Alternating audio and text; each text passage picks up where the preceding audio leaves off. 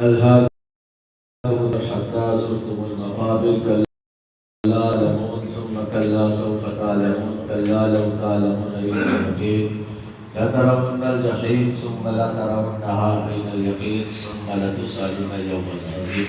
صدق الله مولانا العظيم وصدق رسوله النبي الكريم الامين.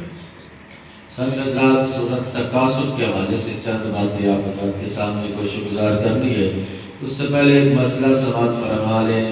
گھر کے قریب جو مسجد ہے اس کو چھوڑ کر کسی دوسری مسجد میں یہ تصور کر کے جانا کہ یہ مسجد غیر آباد ہو جائے گی یا اس مسجد کا حق تلف کیا جائے گا، استحصال اس مسجد کا ہوتا ہے، لہذا یہ جائز نہیں ہے کہ گھر کے قریب والی مسجد چھوڑ کر کسی دوسری مسجد میں جا کر نماز پڑھنا. یہ مسئلہ تھا. الہاکم التکاثر، تمہیں غافل کر رکھا ہے مال کی زیادہ طلبی نے. حتی زرتم المقابر، یہاں تک کہ تم نے قبروں کا منہ دیکھا. کلا سوف تعلمون، ہاں جان جاؤ گے کہ آگے کیا ہونے والا ہے. ثم کلا سوف تعلمون، پھر ہاں جلد جان جاؤ گے. کلا لو تعلمون علم الیقین، ہاں اگر یقین کا جاننا جانتے ہو تو مال کی محبت نہ رکھتے. لترون الجحیم، بے شک ضرور جہنم کو دیکھو گے. ثم لترونها عین الیقین، پھر بے شک ضرور اسے یقینی دیکھنا دیکھو گے. ثم لتسألن یومئذ عن النعیم، پھر بے شک ضرور اس دن تم سے نعمتوں کے بارے میں پوچھا جائے گا. الہاکم التکاثر، آج حالت سورۃ تکاثر کے بالکل عین مطابق ہے کہ 1400 سال پہلے اللہ رب العزت نے قرآن مجید کی سورت میں ارشاد فرمایا تمہیں غافل کر رکھا ہے مال کی زیادہ طلبی نے، یعنی حرص، لالچ، طمع، یہاں تک کہ پہنچ گیا ہے کہ انسان غافل ہو گیا ہے. انسان کو پتہ ہی نہیں کہ میں نے کرنا کیا ہے. مال کی طلبی کے بارے میں نبی کریم صلی اللہ تعالی علیہ وآلہ وسلم کی حدیث مبارکہ ہے کہ انسان جب دنیا میں آتا ہے اور بے شمار معاملات زندگی کرتا ہے، لیکن جب دنیا سے جاتا ہے موت آتی ہے. اس کے بارے میں رب تعالیٰ نے دوسری آیت میں ارشاد فرمایا حتی زرتم المقابر، یہاں تک کہ تم نے قبروں کا منہ دیکھنا ہے. یعنی حیات کے تمہیں موت نے آنا ہے اور موت کے بعد تمہیں نصیب ہوگی. ہر انسان جو ہے جس کے بارے میں کل نفس موت، ہر نفس کو موت آنی ہے اور موت کے بعد قبروں کا منہ دیکھنا ہے، قبر میں جانا ہے. نبی کریم صلی اللہ تعالی علیہ وسلم کی حدیث مبارکہ ہے فرمایا مردے کے ساتھ تین چیزیں ہوتی ہیں، تین چیزیں مردے کے ساتھ جاتی ہے. کون سی ہیں؟ تین چیزوں میں سے دو واپس آ جاتی ہیں اور ایک اس مردے کے ساتھ رہتی ہے. اور تین ہے کیا؟ ایک اس کا مال، ایک اس کا اہل اور تیسرا اس کا عمل ہوتا ہے. یعنی جب میت گھر جاتی ہے اس کا مال، اس کی اہل اور اس کا عمل جو ہے، یہ تین چیزیں اس کے ساتھ جاتی ہے. مال بھی واپس آ جاتا ہے اور اہل جو عزیز و قارب، رشتہ دار، خاندان، بیٹے بیٹیاں، ماں بہن، اس کی بیوی، اس کے بچے، یعنی خاندان جو ہے اس کے رشتہ دار، قبیلے کے لوگ، وہ بھی سارے واپس آ جاتے ہیں.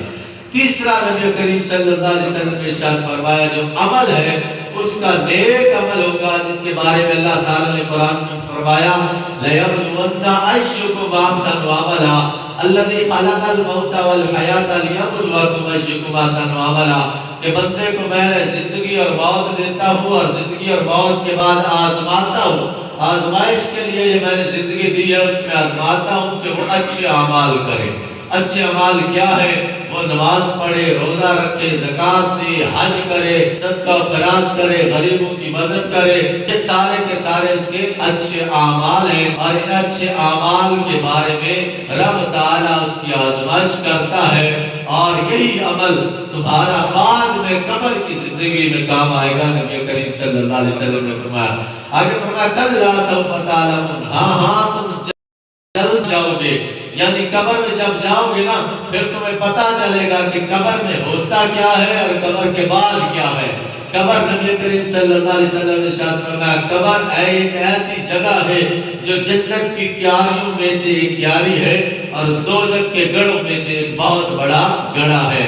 اگر نیکوکار ہوگے فرشتے آ کر سوال کریں گے، سوالوں کے جواب مل جائیں گے تو جنت میں سے ایک کھڑکی کھول دی جائے گی، وہاں سے قبر میں خوشبو آئے گی، مہک آئے گی، جنت کی ٹھنڈی ٹھنڈی ہوا آئے گی، قبر جنت کی کیاریوں میں سے ایک کیاری بن جائے گی۔ اور اگر گناہگار ہوں گے، بدکار ہوں گے، نیکیاں نہیں کی ہوں گی تو پھر دوزخ میں سے ایک کھڑکی کھول دی جائے گی اور دوزخ کی عذاب کی بہت گرم ہوا اس کی قبر میں آئے گی اور قبر ہی اس کا جہنم کا ٹھکانہ بن جائے گا، جس کے بارے میں رب تعالیٰ یہ بار بار فرما رہا ہے کہ کلا سوف تعلمون، ہاں جلدی جان جاؤ گے، ثم کلا سوف تعلمون، پھر ہاں جلدی جان جاؤ گے، کلا لو تعلمون علم الیقین، ہاں اگر یقین کا جاننا جانتے ہو تو مال کی محبت نہ رکھتے، یعنی جو تم لالچ کرتے تھے، جو تم طمع کرتے تھے،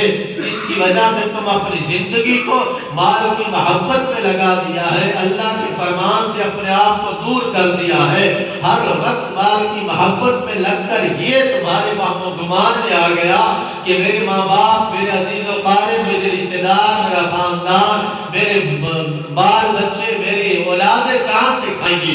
یہ تمہارا کام نہیں تھا، یہ تمہاری صرف لالچ تھی، یہ تمہارا حرص تھا، بلکہ ان کو کھلانا تو رب کی ذمہ داری تھی، جس رب نے احکم الحاکمین نے، جس رب العالمین نے پورے جہانوں کو جو پال رہا ہے، وہ تیرے بیٹے کو، تیری بیٹی کو، تیری اولاد کو پال نہیں سکتا تھا، وہ پالنا تو اس کا کام تھا، رزق دینا تو اس کا کام تھا، واللہ خیر الرازقین، سب سے زیادہ رزق دینے والا تو وہ ذات ہے، تو کون ہوتا ہے اپنی اولاد کو پالنے والا، اپنے خاندان کو پالنے والا، اپنے عزیز و قارب کو پالنے والا؟ تجھے ایک سانس کی خبر نہیں ہے، ایک سانس آئے یا نہ آئے تو اپنے ایک سانس کی گارنٹی نہیں دے سکتا، اور ان کو پالنے کی گارنٹی کہاں سے لے کر آ گیا ہے؟ یہ تیرا لالچ ہے، یہ تیرا طمع ہے، یہ تیری حرص ہے، اس کے بارے میں تجھ سے ضرور پوچھا جائے گا۔ یقین کا جاننا جانتے اور مال کی محبت میں نہ رکھتے، لا ترون الجحیم، بے شک ضرور جہنم کو دیکھو گے۔ یہ مال کی حرص، یہ لالچ، یہ طمع تمہیں جہنم کا سبب